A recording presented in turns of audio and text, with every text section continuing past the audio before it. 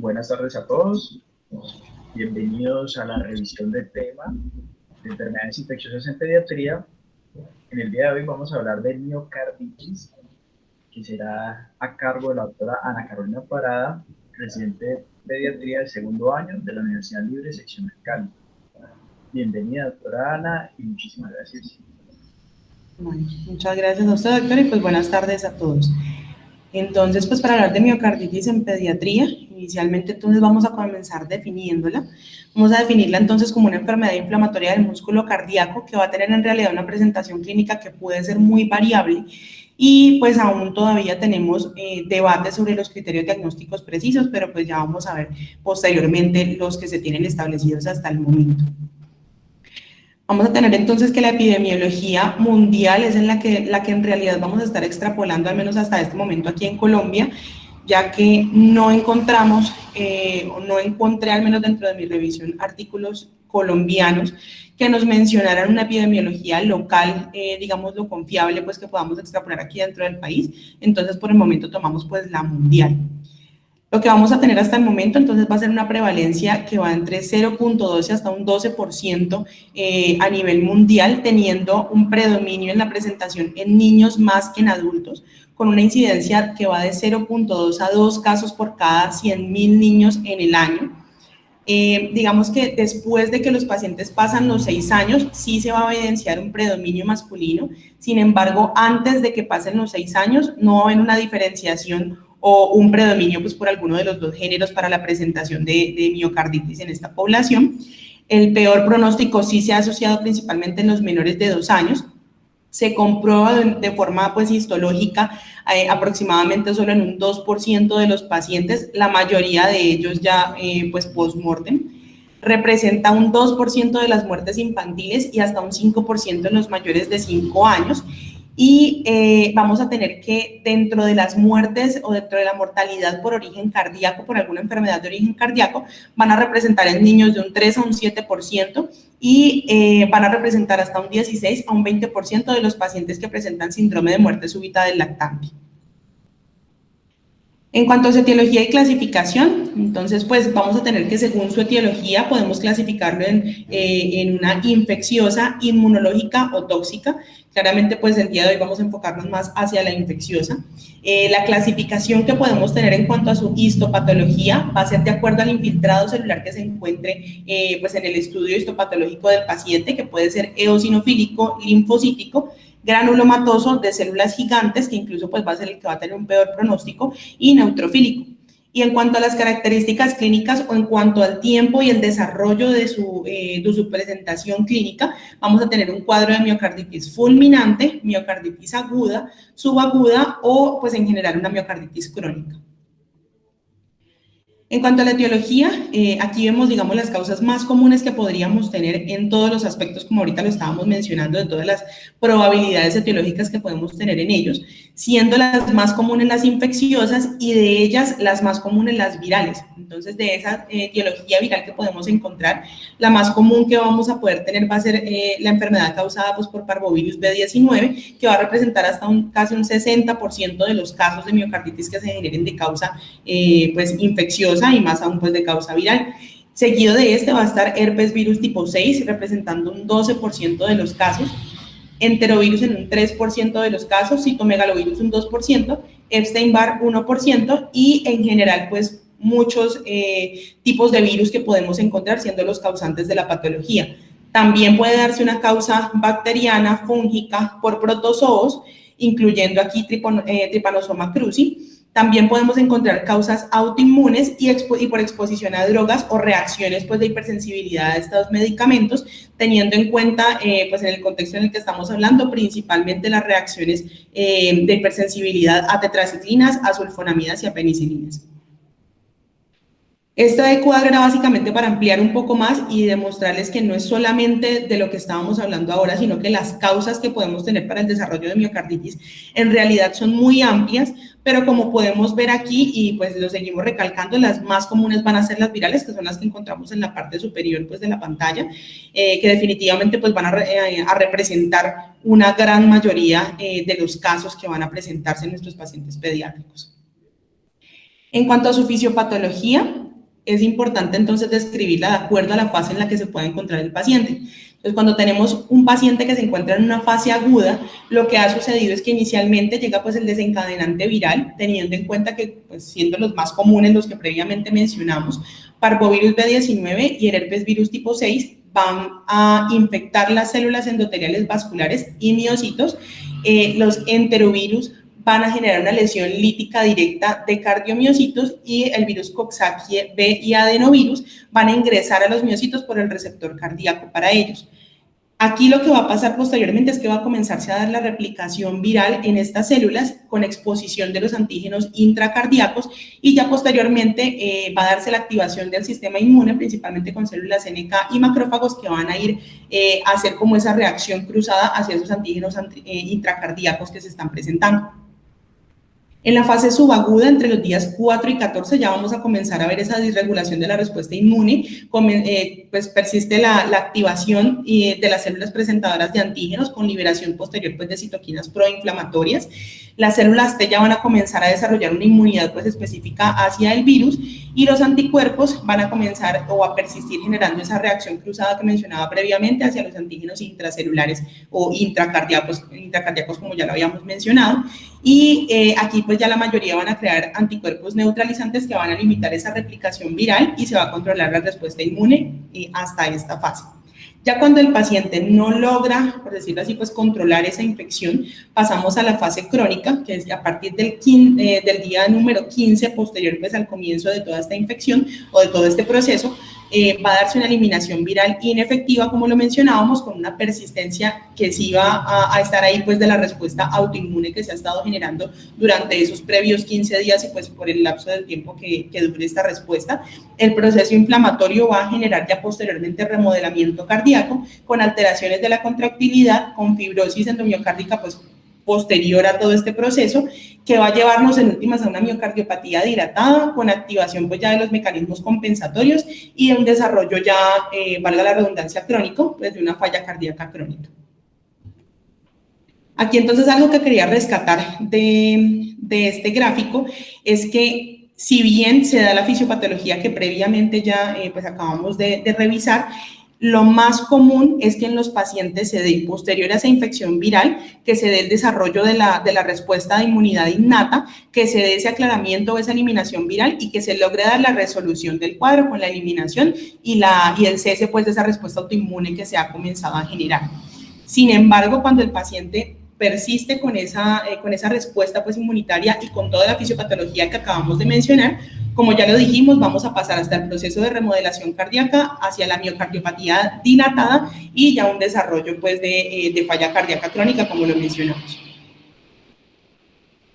En cuanto a las manifestaciones clínicas, es muy importante mencionar que como tal no vamos a tener unas manifestaciones clínicas específicas para esta patología, que uno diga presentó esta clínica y definitivamente se trata pues de un proceso de miocarditis, no, sino que la mayoría de la sintomatología que van a presentar estos pacientes va a ser secundaria a la insuficiencia cardíaca que desarrollan secundario pues a todo este cuadro que hemos estado mencionando. Entonces, aquí cabe resaltar que la mayoría de los pacientes pueden presentar unos síntomas respiratorios de las vías respiratorias pues, altas previo al desarrollo de toda la sintomatología que podemos evidenciar en ellos. Cabe resaltar que muchos de ellos pueden ser asintomáticos después de haber presentado pues, estos síntomas, bien sea gastrointestinales o respiratorios altos. También puede presentarse fiebre, puede haber en los más grandes que refieran dolor torácico, que haya somnolencia en los pacientes, mialgias, artralgias, dificultad respiratoria y ya los otros síntomas más asociados a la insuficiencia cardíaca y al proceso de la miocarditis que se pueda estar desarrollando. Relacionado más como tal pues con el proceso autoinflamatorio que se está generando, el desarrollo de las arritmias cardíacas que pueden llegar a ser incluso refractarias, como ahorita lo vamos a ver, o la sintomatología asociada con el cuadro de insuficiencia cardíaca como la intolerancia al ejercicio, polipnea, hepatomegalia, fatiga, con palpitaciones, presencia de edema, síncope, lipotimias. Aquí entonces es importante diferenciar la aparición de esa sintomatología para poder mencionar la clasificación de acuerdo a la clínica que se esté generando en este paciente. Entonces, como lo mencionaba ahorita, la mayoría de nuestros pacientes, y en especial en la población pediátrica, pueden cursar con una miocarditis asintomática o subclínica. Incluso muchos de estos pacientes ya se logran detectar cuando ya ha pasado un tiempo posterior a esto, que ya se da una fase crónica de la enfermedad y que lo que se encuentra solamente es una miocardiopatía dilatada y ninguna otra cosa, y digamos que en ningún momento el paciente debutó con una sintomatología clara para una miocarditis. En la miocarditis aguda podemos tener un inicio insidioso entre días y semanas en los que primero aparece en algunas ocasiones historia de síntomas gripales sin presencia o con presencia de fiebre y que ya posteriormente comienzan a presentar síntomas y signos de insuficiencia cardíaca, de dilatación y de disfunción ventricular. Entonces, los más comunes dentro de estos, principalmente en los niños más grandes, van a ser la presencia de disnea, de dolor torácico, de síncope y de arritmias. Importante aquí diferenciar con los pacientes lactantes menores principalmente, en los que claramente pues ese cuadro no va a ser tan florido. En ellos principalmente lo que podemos comenzar a evidenciar es alteraciones para lograr la alimentación adecuada, porque pues, precisamente presentan esa fatiga y esa disnea que no permite que tengan una adecuada alimentación. Esto como para hacer esa aclaración por el lado de los lactantes. Por otro lado, pues podemos tener la presentación de miocarditis fulminante, que precisamente pues este desarrollo del cuadro de insuficiencia cardíaca o de esos síntomas ya más graves van a comenzarse a desarrollar en los primeros 3 días de la enfermedad. Ellos entonces pues más rápidamente van a comenzar a presentar o más súbitamente signos y síntomas de insuficiencia cardíaca grave, con necesidad de soporte pues cardiovascular. Muy posiblemente van a presentar arritmias refractarias al tratamiento que se les dé inicialmente y en muchas ocasiones pues también se asocia con síntomas previos de infecciones virales, principalmente respiratorias. Y ya tenemos la miocardiopatía crónica dilatada, que va a representar un 30% de los pacientes, que pues lo que va a presentar es un cuadro de una insuficiencia cardíaca crónica. En cuanto al diagnóstico, entonces, pues, en realidad debe ser una combinación de los hallazgos que vamos a mencionar asociados a la clínica. No hay, digamos, una prueba que no sea invasiva, que nos dé un diagnóstico por ella misma, sino que lo que tenemos que hacer es juntar una serie de criterios que van a incluir los clínicos, los radiológicos, los biomarcadores que nos van a permitir hacer un enfoque hacia pues, el diagnóstico de una miocarditis. Entonces, inicialmente, con lo que veníamos mencionando, vamos a tener un desarrollo de una adecuada historia clínica en la que podemos encontrar taquipnea o síntomas gastrointestinales como dolor abdominal y emesis, dando pues la diferenciación con todos los pacientes que previamente ya vimos pues en la presentación probable clínica que puedan darse. Aquí puede haber dolor torácico y disnea que pueden hasta asimilar un síndrome coronario agudo con cambios en el electrocardiograma que también podrían simularlo, elevación de enzimas cardíacas, ecocardiograma con función normal o que puede tener una leve disminución de la fracción de eyección. Y también es muy importante pues tener en cuenta, como ya lo habíamos mencionado, que su presentación, su debut puede darse como una muerte súbita. En cuanto a la imagenología, tenemos pues aquí primero la más asequible que podemos tener, que sería la radiografía de tórax. En la radiografía de tórax podemos encontrar que nos ayude con este diagnóstico principalmente la presencia de cardiomegalia, bien sea por derrame pericárdico o por dilatación de las cámaras cardíacas solamente. Puede haber edema pulmonar asociado por congestión pues, venosa pulmonar y derrame pleural también asociado. En cuanto a los biomarcadores, hay algo muy importante que aquí se tiene que hacer la aclaración y es que ninguno de ellos por sí solo y con una sola toma nos va a dar el diagnóstico. Aquí los reactantes de fase aguda pueden encontrarse o no elevados, en la mayoría de casos incluso se encuentran en rangos de normalidad. Importantes aquí entonces los biomarcadores cardíacos, donde vamos a tener troponinas y el péptido natriurético tipo B. El péptido natriurético podría elevarse y las troponinas pueden elevarse y en especial pues la troponina I podría mostrarnos un daño que es reversible y no siempre solamente pues por muerte celular. Entonces esto es lo que nos da digamos esa posibilidad de hacer un seguimiento y de acuerdo al seguimiento que tenemos con esos biomarcadores podemos hacer como una estimación de un pronóstico para ese paciente tanto cardíaco pues como para el desenlace que tenga final el paciente. Entonces importante aquí recalcar eso y el hecho de que una sola toma de estos biomarcadores no nos va a dar como una utilidad muy grande respecto a si le hacemos un seguimiento, pues como lo acabo de mencionar. En cuanto al electrocardiograma, la mayoría de los pacientes que presentan un cuadro de miocarditis van a tener alteraciones del electrocardiograma. Puede darse con presencia de arritmias, bien sea bradicardia o taquicardia. Podemos encontrar taquicardia sinusal, podemos encontrar anormalidades en el ST, principalmente elevación de este y ondate que pueden simular ese síndrome coronario agudo, como previamente lo habíamos mencionado. Lo otro es que podemos encontrar complejos QRS de bajo voltaje, podemos encontrar retraso de la conducción auricular o ventricular, bloqueos AB de tercer grado, principalmente esto en los miocarditis fulminantes, arritmias supraventriculares o ventriculares, y algo muy importante también es que en los pacientes que desarrollan, que tienen presencia pues de un QRS ensanchado, se ha relacionado, se ha evidenciado que tienden a tener un peor pronóstico pues estos pacientes.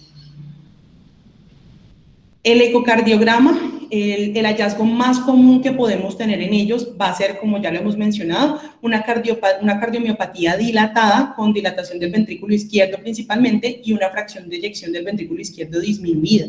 Esto es muy importante porque, como ya previamente lo mencionaba, también esos pacientes que se presentan asintomáticos inicialmente pueden desarrollar solamente este hallazgo posteriormente, pues en algún seguimiento que por algún otro motivo se le haga al paciente, y esta pues precisamente va a ser de los diagnósticos diferenciales principales. La miocarditis va a ser de esos 3 diagnósticos diferenciales principales que se deben hacer a un paciente que tiene pues una cardiomiopatía dilatada.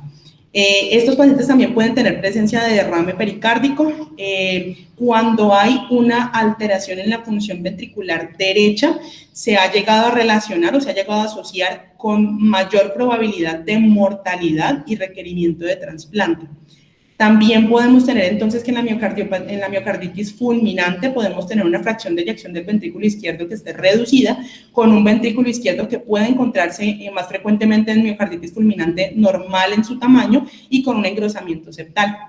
Entonces aquí nos hacen como una diferenciación entre los hallazgos que podemos encontrar en una miocarditis clásica, una miocarditis aguda que no es una miocarditis fulminante, y la que pues es una miocarditis fulminante. En la miocarditis clásica podemos encontrar lo que venimos mencionando, la dilatación del ventrículo izquierdo, la reducción de la fracción de eyección del ventrículo izquierdo, podemos encontrar anormalidades segmentarias o globales de la función pues, de la motilidad de la pared cardíaca, y podemos encontrar presencia pues, de derrame pericárdico. A diferencia de los pacientes con miocarditis fulminante, que esos pacientes podemos encontrarlos con unas tamaños en las cavidades, principalmente del ventrículo izquierdo, que pueden estar normales, pero que sí van a tener una reducción de la fracción de eyección del ventrículo izquierdo y el engrosamiento septal que mencionábamos previamente. Aquí tenemos la resonancia magnética. Este va a ser el gold estándar para el diagnóstico de miocarditis de las imagenológicas o de las no invasivas, de las pruebas no invasivas que vamos a tener. Entonces, la idea es que no es los pacientes que tenemos con una alta sospecha de miocarditis. Vamos a hacerlo en los pacientes que los hallazgos de la resonancia puedan cambiarnos o alterarnos o generar pues algún cambio dentro del manejo que se le vaya a dar al paciente. No se recomienda de rutina realizarlo. Aquí lo que podemos evidenciar entonces va a ser detección de lesión tisular, incluyendo edema, hiperemia y fibrosis. Hay que hacer una diferenciación como entre los hallazgos que se pueden tener en las diferentes fases de la resonancia. En T2 se puede encontrar edema miocárdico como una hiperintensidad que generalmente puede ser global, pero puede aparecer pues también de forma segmentaria. Y en T1 puede aparecer, con inyección pues de gadolinio, puede aparecer hiperemia que nos puede sugerir una fibrosis miocárdica. Aquí están los criterios de Lake-Lewis, que son los que tenemos al lado derecho. Aquí lo que vamos a tomar principalmente es la presencia de esa, como lo mencionábamos ahora, de una hiperintensidad en T2, que puede asociarse también o que puede presentar también una alteración o un aumento en el tiempo de relajación, evidenciado también aquí en T2, y que asociado a eso presente un incremento en ese tiempo de relajación también en T1, o que el paciente presente hiperintensidades que no se relacionen como con una distribución de un patrón de isquemia, pues, sino que solamente se presente una hiperintensidad con un patrón diferente en la fase tardía de la aplicación pues, del gadolinio. Cuando presentamos 2 de esos criterios, tenemos un 78% de probabilidad de que el paciente esté cursando con una miocarditis. Aquí entonces, pues básicamente son los hallazgos que les iba a mostrar que acabamos de mencionar. En la primera imagen lo que está mostrando la flecha es la presencia de edema. En el segundo cuadro, en la segunda imagen, la imagen B, lo que se está mostrando aquí es la presencia de hiperemia, principalmente pues en la fase tardía, en la fase temprana, perdón, y en la imagen C, que es la de la parte inferior que estamos viendo acá, lo que podemos evidenciar aquí es la presencia de fibrosis que se está señalando pues también aquí con la flechita, que ese sí es en la fase tardía de la administración de gadolinium. La biopsia endomiocárdica va a ser en realidad entonces ya el método gold estándar, sin embargo pues sabemos que va a ser invasivo y no se va a realizar en todos los pacientes. Entonces tenemos unas indicaciones claras para realizar esta biopsia endomiocárdica y van a ser principalmente los pacientes que presentan insuficiencia cardíaca de nueva aparición, de menos de 2 semanas de duración y que han presentado además compromiso hemodinámico, independiente de si hay o no una dilatación de cavidades izquierdas. Tenemos otros pacientes que van a ser los que presenten insuficiencia cardíaca de 2 semanas a 3 meses con un ventrículo izquierdo dilatado y con arritmias ventriculares y bloqueo atrioventricular de alto grado.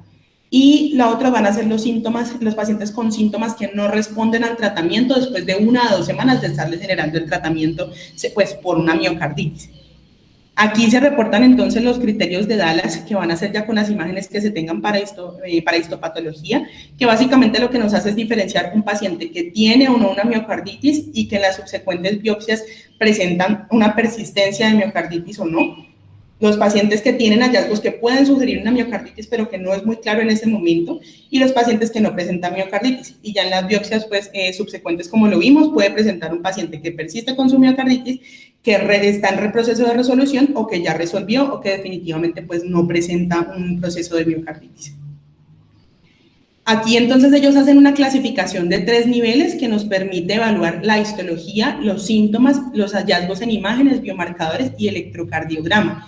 Y estos son los que nos van a decir, tengo una posible miocarditis o tengo una miocarditis definitiva pues en mi paciente. Entonces, los pacientes que se consideran con una miocarditis aguda subclínica posible o asintomática, pues van a ser esos pacientes que definitivamente no presentaron síntomas, pero que se hacen tomas de biomarcadores cardíacos y presentan elevación, pacientes que presentan hallazgos en el electrocardiograma que pueden ser sugestivos de esta patología, o pacientes que tienen una funcionalidad cardíaca alterada en ecocardiograma o en resonancia magnética. Los pacientes que presentan una probable miocarditis aguda van a ser los pacientes en un contexto clínico que nos pueda estar situando hacia una sospecha clínica de una miocarditis y que además de esto presentan alguno de los hallazgos que acabamos de mencionar previamente, de los biomarcadores del electrocardiograma o de las imágenes. Y los pacientes con una miocarditis o un diagnóstico definitivo de miocarditis van a ser los pacientes que se sometieron a una biopsia endomiocárdica que se obtuvo una histopatología que definitivamente nos sugería que era un proceso de miocarditis. En cuanto al tratamiento, entonces vamos a tener que el paciente debe tener un tratamiento intrahospitalario. A ese paciente se le debe hacer una monitorización pues, constante de sus signos vitales. Debe propenderse pues una adecuada oxigenación, perfusión y una adecuada homeostasis hemodinámica. En ellos, cuando presentan estos cuadros con insuficiencia cardíaca, pues la idea en ellos va a ser optimizarles la precarga, la poscarga y pues de hecho pues la contractilidad y la frecuencia cardíaca para poder mantener esas metas que estamos mencionando pues aquí previamente. También, pues para lograr estas cosas, vamos a tener que disminuir la congestión que se está generando por su cuadro de insuficiencia cardíaca y sobrecarga de volumen. Y si se llega a requerir en el paciente, principalmente en los que presentan pues, cuadros fulminantes, va a ser el uso del soporte cardiovascular y ventilatorio que requiera el paciente. Estos son entonces los medicamentos que se van a utilizar en estos pacientes. No se recomienda en ellos dar una terapia antiviral dirigida, al menos pues en toda la bibliografía que revisen, no se recomienda en este momento dar ningún tipo de manejo antiviral. Es más un tratamiento de apoyo a la presencia pues, de la sintomatología de insuficiencia cardíaca y al daño que se está generando en ese momento. Entonces, al paciente vamos a suministrarle diuréticos para poder disminuir la congestión que se está generando y la sobrecarga de volumen. Aquí vamos a utilizar principalmente furosemida y como unas opciones también tendríamos espironolactona y hidroclorotiazida. Vamos a tener los inhibidores de enzima convertidora de angiotensina que van a disminuir la resistencia vascular sistémica. Importante que estos van a contribuir también a disminuir ese remodelamiento cardíaco e inhibir pues el eje neurohormonal, y aquí principalmente pueden actuar enalapril y captopril, que tenemos disponibles pues para nuestros pacientes. Importante mencionar que en estos pacientes no se recomienda el uso de digoxina, ya que lo que nos va a incrementar van a ser la presencia o la liberación pues de citoquinas proinflamatorias y aumentarnos esa probabilidad de mortalidad en estos pacientes. Y tampoco se recomiendan los medicamentos inmunosupresores, mencionan en especial ciclosporina, azatioprina e incluso prednisolona, porque podrían aumentar también la citotoxicidad cardíaca en estos pacientes. Algo muy importante dentro de este manejo, además del manejo de soporte, va a ser el uso de inmunoglobulina endovenosa a una dosis de 2 gramos por kilo en 24 horas, pero pues se necesitan más estudios, como lo mencionan pues precisamente en este otro estudio. Este estudio es un metaanálisis que se publicó en el 2019. En ellos, pues con los hallazgos que encontraron, lo que sugieren sobre el uso de inmunoglobulina endovenosa en los pacientes con miocarditis es que su uso pone con mayores ventajas, en lo que logran evidenciar aquí, da mayores ventajas que el tratamiento convencional que se tiene para miocarditis, para la reducción de mortalidad hospitalaria. En miocarditis aguda lo asociaron a mejor recuperación de la fracción de eyección del ventrículo izquierdo, pero no se usa de rutina en este momento, pues como ya previamente lo mencionamos. En miocarditis fulminante sí se utiliza con mayor frecuencia pues esta inmunoglobulina endovenosa, porque aparentemente tiende a darnos una mejor supervivencia, y pues esto, en este metaanálisis que se menciona acá, están esperando aún pues más estudios para poder recomendarlo como algo de terapia como de rutina pues para estos pacientes con miocarditis. El tratamiento del paciente que está con estabilidad hemodinámica va a ser el que ya acabamos de mencionar, el que incluye IECAs o antagonistas de receptor de angiotensina, un soporte más avanzado pues cardiovascular, si se requieren antiarrítmicos, marcapasos o cardiodesfibrilador. En el paciente que presenta una miocarditis fulminante o una falla cardíaca refractaria al manejo inicial que se le está dando, pues es el uso de inotrópicos y de ventilación, principalmente con presión positiva en estos pacientes, si es requerido en él. Y el paciente que ya tiene una indicación de ir a trasplante cardíaco, generalmente se usa pues la terapia de oxigenación por membrana extracorpórea por menos de 2 semanas, mientras que se llega pues ese momento en el que se pueda dar el trasplante cardíaco al paciente. Y los pacientes que presentan más de una semana pues de arritmia de tipo bloqueo van a sugerir pues ya el uso de marcapasos permanente. En cuanto al pronóstico, entonces vamos a tener que la miocarditis aguda en general va a tener un buen pronóstico pues en cuanto a la mejoría de su función cardíaca. En la mayoría tienen una recuperación espontánea. 1/3 de ellos recuperan la función ventricular, 1/3 evolucionan hacia una miocardiopatía dilatada crónica, y hacia 1/3 pues también de ellos va a requerir trasplante cardíaco o va a tener un desenlace fatal. Mientras que en la miocarditis fulminante la recuperación va a ser mayor, o la probabilidad de recuperación en ellos va a ser mayor si han tenido un adecuado manejo durante la fase inicial, y a largo plazo van a tener pues una mejor recuperación de la función ventricular y menos casos de trasplante en esos casos que recibieron un adecuado manejo inicial. También pues es muy importante tener en cuenta los casos que se han descrito hasta este momento asociados pues con una miocarditis fulminante, principalmente en los pacientes que han... Hay 2 casos que quise traer aquí que tienen 2 desenlaces totalmente diferentes, pero que inicialmente su presentación pues fue muy similar. Entonces, digamos que esto nos da como esa diferenciación que tenemos del pronóstico del paciente y del tiempo pues del inicio de su manejo. Entonces, tenemos primero esta paciente que era una niña de 12 años. En la casa comenzó principalmente con síntomas gastrointestinales y con fatiga. Al ingreso ya a la institución donde la llevaron, ya estaba pálida, estaba hipotérmica, bradicárdica, sin embargo, pues sin ninguna alteración respiratoria. El electrocardiograma de esta paciente mostró un bloqueo completo con una frecuencia ventricular de 40 latidos por minuto aproximadamente, y tuvo elevación de troponinas, de BNP, de la función renal, de las enzimas hepáticas, y presentó acidosis metabólica.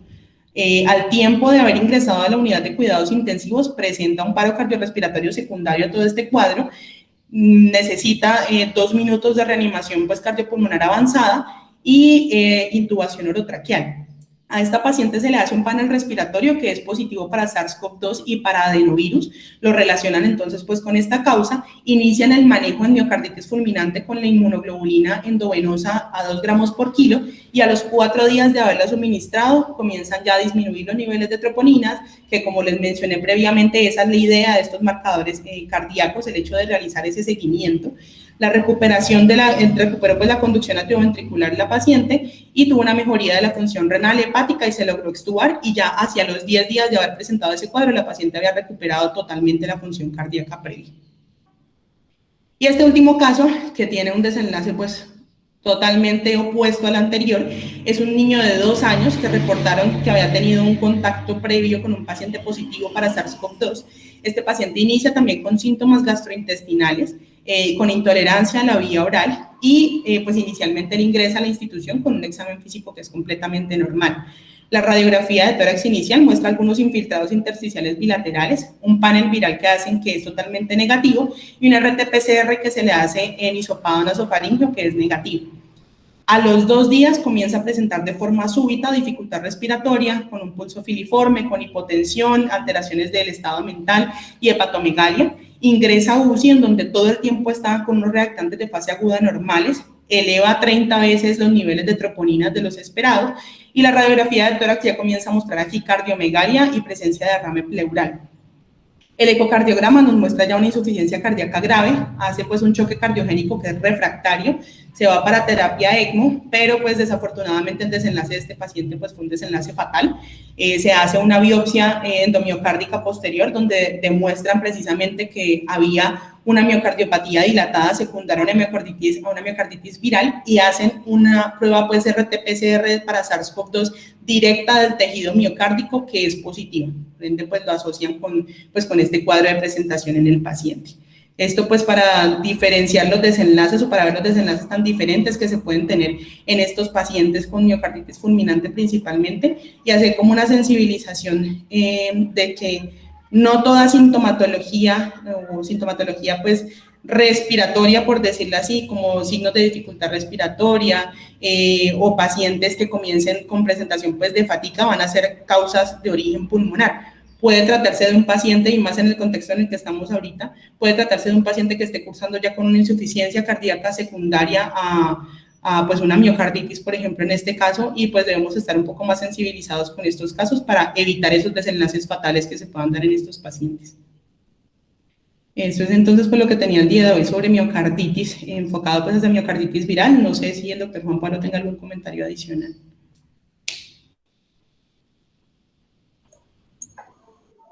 Ana, como siempre, excelente tu presentación. Te felicito y muchísimas gracias.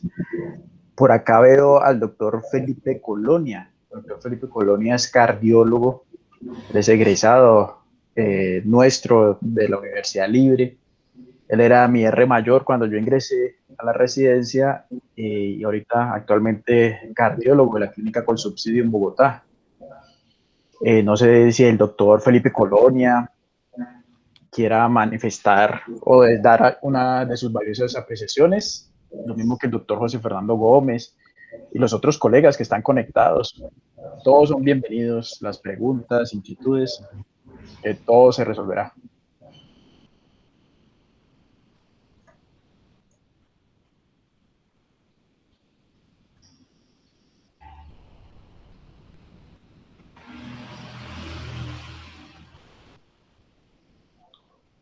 Bueno, no hay ningún tipo de dudas o preguntas.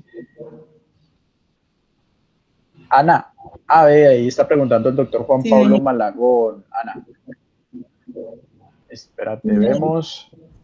Una pregunta, ¿en Estados Unidos cuándo se presentaron? Ana, sí, señor. En Estados Unidos, ¿cuándo? ¿Me escucha? Los casos que presentaste, Ana, los casos que presentaste. Ah, ok. Qué pena, es que no escuchaba muy bien. El primer caso que se presenta, ese se dio a inicios del 2020. Y este último caso que presentan acá, fue publicado ya hacia finales del 2020. No tengo muy presente en este momento las fechas, pues, como exactas más o menos de la presentación. Sé que uno sí fue a los inicios y el otro ya fue hacia finales de 2020. Ya el doctor Colonia volvió.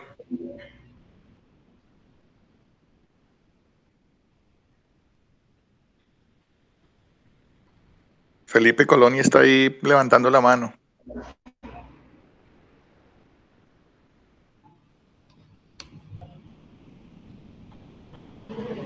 Dale, Felipe, haz el comentario. Buenas tardes.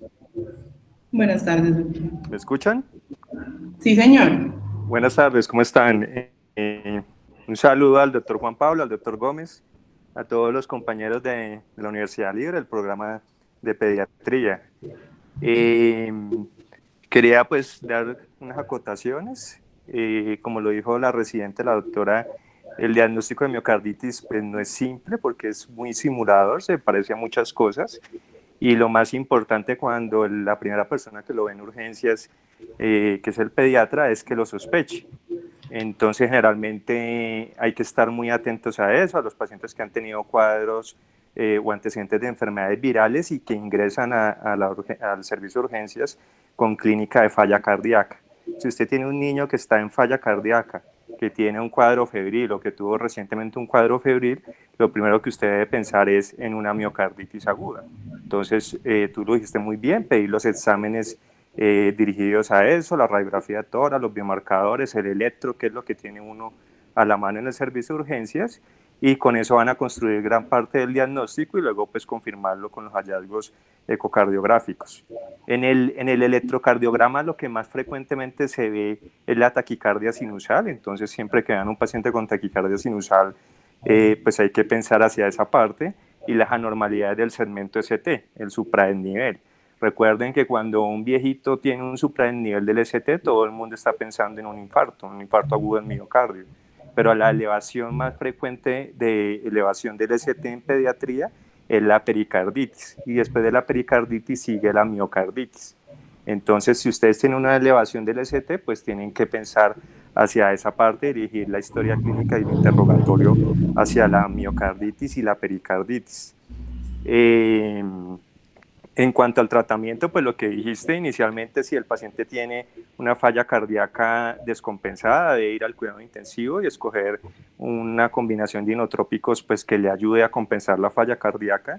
Y si el paciente evoluciona a una miocardiopatía dilatada, pues ya dejarle un manejo crónico de falla cardíaca, como lo explicaste muy bien en tu presentación.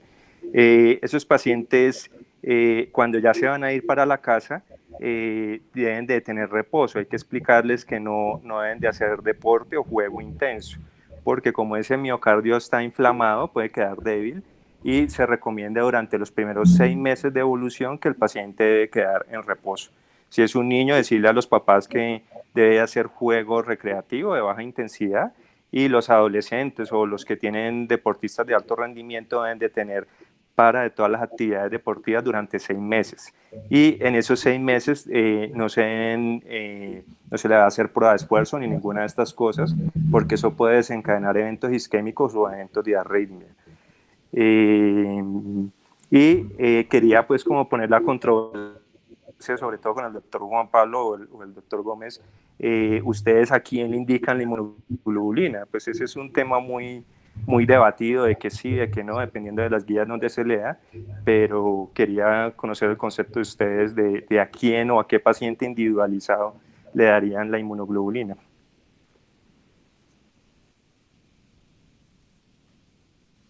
Juan, ¿ya tienes el micrófono? Sí, ya. Gracias, Felipe, Colonia, por tus aportes. Y lo hemos utilizado en dengue, esa es miocarditis por dengue, y además que nos ayuda a inmunomodular también la misma enfermedad.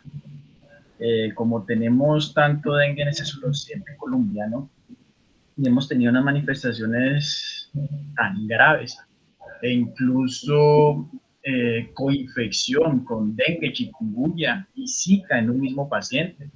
Hemos tenido coinfección de 2 y 3 serotipos de dengue en un mismo paciente. los virus, como tienen esa facilidad de generar mutación constantemente, recordemos que dengue, hasta el momento hay 5 serotipos, ¿sí? El quinto serotipo se descubrió en Malasia en el 2013 y cada serotipo se subdivide en genotipos. Entonces, esos genotipos, por ejemplo, el serotipo 2, el genotipo americano-asiático o el genotipo de Puerto Rico son muy agresivos y son muy virulentos, ¿sí? Entonces, estoy totalmente de acuerdo con el doctor Colonia, es demasiado controvertido, pero lo hemos utilizado en dengue y nos ha dado buen resultado en esa miocarditis por dengue, porque también nos ayuda a inmunomodular esas manifestaciones graves en el paciente con dengue grave, nos ayuda también a incrementar el recuento plaquetario, ¿sí? Hemos tenido que después de la infección por dengue nos debutan con una enfermedad de Kawasaki tenacísima. Entonces, en esos casos muy puntuales, y lo hemos utilizado también en casos muy puntuales con H1N1 que tuvimos ahí. De todas maneras, como la incidencia es relativamente, pues, de la que hemos visto en la institución, de las que hemos manejado, es baja, pero sí en los pacientes muy puntuales y lo analizamos y lo consensuamos en conjunto con el grupo de cuidados intensivos y con el grupo de cardiología, ¿sí? Que no es una sola decisión tomada por el servicio de infectología o de inmunología o de reumatología, no, la hacemos juntas médicas, y además que eso lo glosan mucho, entonces es mejor, como no está aprobado por el INVIMA, ¿sí? para miocarditis, entonces eso es mejor consensuarlo. Sí, nosotros tenemos como pacientes de riesgo, sobre todo los menores de 1 año, que hacen miocarditis. Y nos preocupa cuando vemos esos niños pequeños, esos lactantes que empiezan a dilatarse, que tienen los criterios y la clínica de miocarditis, y ahí es donde a veces uno empieza a pensar si ese paciente se beneficia de ponerle inmunoglobulina.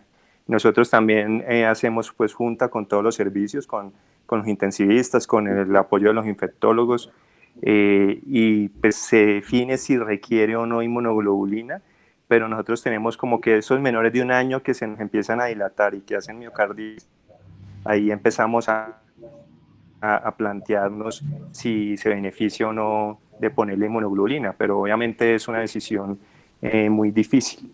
Y quería también preguntarles, ¿ustedes en el Club Nobel han visto miocarditis por COVID? Que se te entrecortó, doctor Colonia. ¿Cómo? ¿Miocarditis por COVID? ¿Fue la pregunta? Sí, quería preguntarles si en el Club Nobel o allá en Cali han visto miocarditis por COVID y cómo les ha ido si lo han visto. Ahí en el Club no hemos tenido miocarditis por COVID, doctor Colonia. ¿Lo hemos tenido? Ok.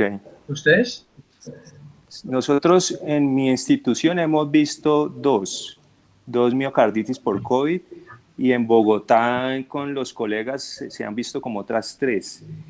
Y lo que hemos visto, esos pacientes pues cuando han ingresado se han enfocado como un síndrome multiinflamatorio sistémico, entonces han ido hacia la ruta de colocarles inmunoglobulina. Son pacientes que han llegado en choque, que tienen un choque cardiogénico, requieren inotrópico, tienen toda la clínica del síndrome multiinflamatorio sistémico, se les pone la inmunoglobulina y cuando los hemos visto en el ecocardiograma tienen hallazgos ecocardiográficos de miocarditis.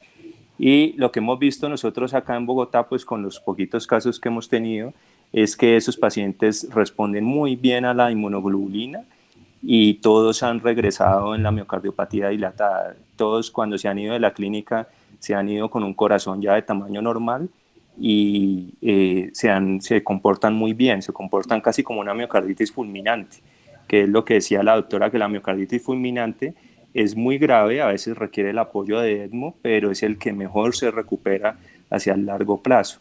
Entonces, lo que hemos visto nosotros acá es que la miocarditis COVID pareciera que se comportara así, como que si uno lo coge al principio y le pone la inmunoglobulina, y en esos casos también los hemos manejado con pulsos de metil, aparentemente la respuesta de esos pacientes es buena, que es más o menos como lo que mostró en el primer caso que mostró la doctora residente. No, doctor Corina, excelente que nos estés acompañando. Muchísimas gracias por todos tus comentarios, por todo tu conocimiento. Dejarlo aquí plasmado con todos los colegas, estudiantes y residentes que estamos aquí conectados. Muchísimas gracias, doctor Colonia. No sé si quieras decir algo más ahí como para concluir con la reunión. No, de nuevo, un saludo a todos, felicitaciones a la residente, excelente presentación, excelente este grupo, este espacio que está haciendo el doctor Juan Pablo para que todos aprendamos, y felicitaciones a todos. Muchas gracias. Muchas gracias, Felipe. Ahí hay una pregunta al doctor Gustavo Eduardo Ramos. ¿Qué tan accesible es la inmunoglobulina G en los hospitales de Colombia? Está bien complejo porque desde que se empezó a regularizar los precios de los medicamentos, entonces la industria farmacéutica lastimosamente no lo vio rentable y se empezaron a salir del país esta industria farmacéutica. Entonces se han ido una cantidad de inmunoglobulinas, ¿sí? Y han llegado al país otras que no son de tan buena calidad. Entonces es difícil de conseguirlas, es difícil, lo glosan mucho, sí, esa es la verdad, lo glosan bastante, tiene que ser muy bien justificada. Entonces por eso las juntas y consensuar con los diferentes especialistas es muy importante para dejarlo en la historia clínica, ¿sí? Porque con el INVIMA se limita a enfermedades muy puntuales, ¿sí? Enfermedad de Kawasaki, pero tiene que ser en menores de 10 años, ¿sí? Entonces, eso es lo que dice el INVIMA. Tuvimos un paciente con Kawasaki de 11 años y lo glosaron, ¿sí? Como cosas así como tan absurdas de este sistema de salud, pero bueno, es difícil, Gustavo. Doctor Gómez, ¿alguna apreciación? No, creo que se han abarcado muchos aspectos. De pronto aprovechar un poquito a Felipe en esos 5 casos que han tenido en Bogotá, el manejo inotrópico que han empleado, con el que vieron más resultados, más respuesta, ¿cuál fue? Y si han llegado a usar levosimendan. Sí, doctor Gómez, generalmente esos pacientes los manejamos con milrinone y dosis bajas de adrenalina. Esa fue la combinación que utilizamos. Levosimendan no hemos utilizado porque el levosimendan no está aprobado por el INVIMA en pediatría. Lo utilizamos una vez en un choque cardiogénico en un posoperatorio de cardiología y nos fue muy bien, pero en el escenario de COVID levosimendan no hemos puesto. Y los inotrópicos que hemos colocado es milrinone y adrenalina, y con eso nos ha ido bien. Generalmente cuando el paciente llega en choque a la unidad de cuidado intensivo, a veces los intensivistas ponen mucha noradrenalina, pero recordemos que si el paciente está en miocarditis, pues es una miocardiopatía dilatada y ese corazón hay que ayudarle con la poscarga. No es bueno elevarle mucho la poscarga porque lo va a llevar a más falla cardíaca. Entonces por eso preferimos milrinone de dosis bajas de adrenalina y tratar de destetar rápidamente la noradrenalina. En caso de que el paciente sea refractario, preferimos en vez de la nora colocarle vasopresina. Pero pues obviamente eso es minuto a minuto y pues obviamente también con el apoyo y todo el conocimiento del grupo de cuidado intensivo. Pero eso es más o menos así, a grosso modo, como lo hemos manejado. Gracias. Muchas gracias. Los invito la próxima semana al taller que vamos a realizar de lectura interpretada en ideograma en bacilos gram negativos, ¿sí? Este va a ser un taller práctico, sencillo, fácil de entender, en el cual va a ser de muchísima utilidad para todos nosotros que somos clínicos, para ofrecer un tratamiento antibiótico dirigido cuando sepamos coger un cultivo y saberlo interpretar, ¿vale? Ahí la mejoría terapéutica se va a ver beneficiado a ese paciente en disminución de la mortalidad, disminución de la estancia hospitalaria y asimismo disminuir la resistencia bacteriana. Entonces están cordialmente invitados. Es un grupo pequeño de 20 personas. La idea es que sea que se interactúe entre las 20 personas. Quedan 4 cupos. Entonces los invito, están cordialmente invitados. Cualquier información, pues a través de mi celular, ¿vale? Y cordialmente invitados. Muchas gracias a todos por conectarse. Creo que vamos a dar ya finalidad a esta excelente revisión. En el día de mañana vamos a revisar con la doctora Ana Carolina Parada, que es el último día de las revisiones con ella. Entonces, vacunación en población de alto riesgo. Es un tema bastante interesante de cuáles son las vacunas que le debemos de aplicar al paciente oncológico, el de inmunodeficiencia primaria, en los prematuros. Entonces va a estar bastante interesante y los motivo para que expliquen esta información, cordialmente invitados mañana a las 5 de la tarde. Muchísimas gracias a todos por conectarse. Que tengan una excelente tarde. Gracias, Ana. Excelente. Muchas gracias a todos. Muchas gracias. Gracias a todos. Sí. Muchas gracias. Gracias, Marta.